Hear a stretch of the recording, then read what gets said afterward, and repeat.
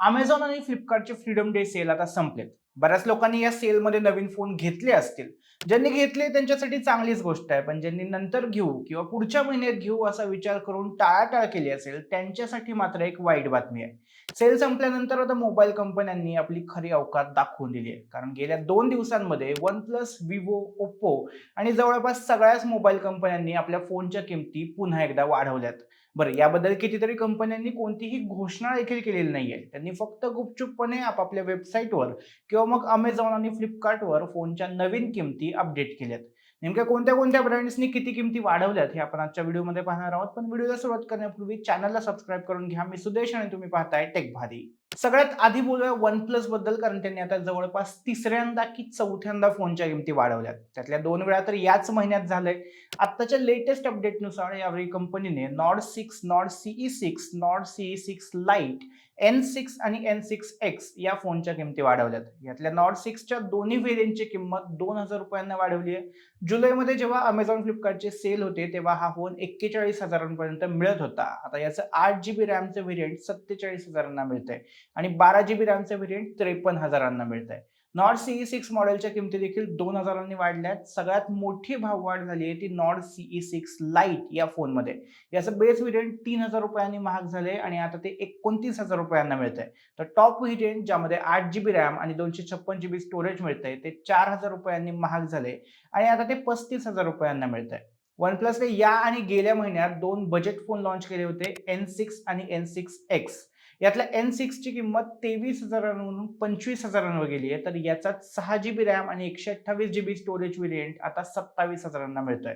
म्हणजे 25,000 पेक्षा जास्त पैसे तुम्ही देताय आणि तुम्हाला धड 8GB रॅम देखील मिळत नाही. त्यापेक्षा कहर तर N6X चा झालाय. हा फोन अंडर 20K म्हणून लॉन्च केला होता, पण आता त्याचं 4GB रॅम आणि 64GB स्टोरेजचं व्हेरियंट ₹21,000 मिळतंय. म्हणजे ₹20,000 जास्त पैसे देऊनही तुम्हाला साधं 128GB स्टोरेज मिळत नाहीये. यानंतर नंबर येतो Vivoचा आणि मला तरी आता Vivo सगळ्यात गरीब कंपनी वाटायला लागली. म्हणजे मेमरी शॉर्टेजचा सगळ्यात जास्त फटका Vivoला बसलेला दिसतोय.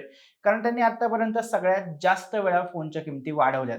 Vivoने आपल्या Y सीरीज मधल्या कितीतरी फोनच्या किमती वाढवल्यात. त्यातली सगळ्यात जास्त वाढ Vivo Y51 Pro या फोनमध्ये झाली आहे. याची आधीची किंमत ₹34,000 होती, जी आता ₹38,000 करण्यात आली आहे.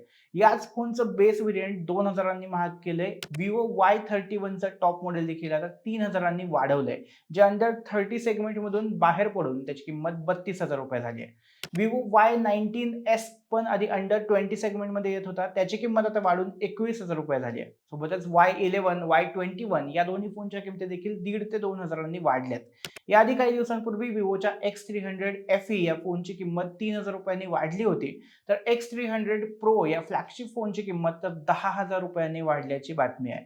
Vivoचा सब ब्रँड iQOO देखील यातून सुटलेला नाहीये, कारण iQOO 15 आणि iQOO 15R या फोनच्या किमती देखील वाढल्यात. iQOO 15R चा बेस व्हेरियंट ₹45,000 वरून चक्क 54,000 पर्यंत पोहोचलाय. म्हणजे जवळपास ₹9,000 वाढ यात झाली आहे. अर्थात ही आत्ताची नाहीये, गेल्या काही महिन्यांमध्ये झालेली भाववाढ आहे.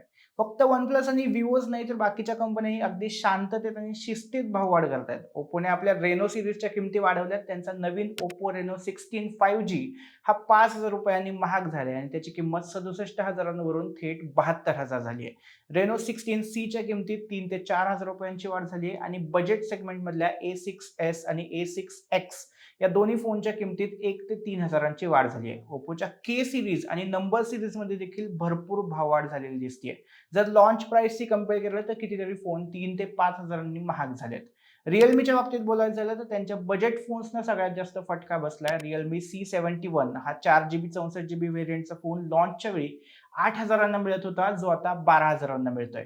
C83 फोनचा 4GB 128GB व्हेरियंट लॉन्चच्या वेळी 15,000 मिळत होता, तो आता 20,000 पर्यंत पोहोचलाय.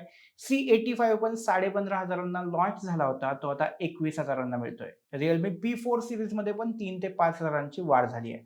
बरं, या सगळ्या बारक्या कंपन्याच फक्त किमती वाढवतात असं नाही. Samsung पण आपले फोन अगदी 5,000 ते 8,000 महाग करतंय. शिवाय Motorola जे दर महिन्याला एक नवीन बजेट फोन आणतंय, ते देखील नवीन फोनमध्ये जास्त किमतीत अगदी कमी फीचर्स देतंय. म्हणजे कंपन्या एक तर किमती वाढवत आहेत आणि फीचर्सही कमी करत चालल्यात. याचा परिणाम म्हणून आता आपल्याला 20,000च्या बजेटमध्ये ना AMOLED डिस्प्ले मिळतोय, ना 8 GB रॅम मिळते आणि थोड्या दिवसांमध्ये तर 128 GB स्टोरेज मिळणं देखील कदाचित बंद होईल. एकीकडे गेल्या वर्षीपर्यंत जिथं कोण 30,000च्या आत टेलिफोटो कॅमेरा देते अशी स्पर्धा सुरू होती, तिथं आता 20,000च्या बजेटमध्ये 5 मेगापिक्सेलचा फ्रंट कॅमेरा मिळायला लागलाय. आणि या सगळ्याचं मेन कारण जे आतापर्यंत कितीतरी व्हिडिओमधून सांगून झालंय, ते म्हणजे मेमरी चिपच्या किमती त्या काही कमी व्हायचं नाव घेत नाहीयेत. त्यामुळे आता तुम्हाला नवीन फोन घ्यायचा असेल तर लगेच घ्या किंवा मग डायरेक्ट दिवाळीमधल्या बिग बिलियन डे सेलची वाट बघा. दुसरा एक ऑप्शन म्हणजे सेकंड हँड फोन घ्या, ज्यात जुनं मॉडेल स्वस्तात मिळेल आणि तेव्हाचे भरपूर फीचर्स देखील मिळतील. बाकी मोबाईल फोनच्या वाढणाऱ्या किमतींबद्दल तुम्हाला काय वाटतं? तुमची मतं आम्हाला कमेंटमध्ये सांगा आणि टेक भारीला सबस्क्राईब करायला विसरू नका.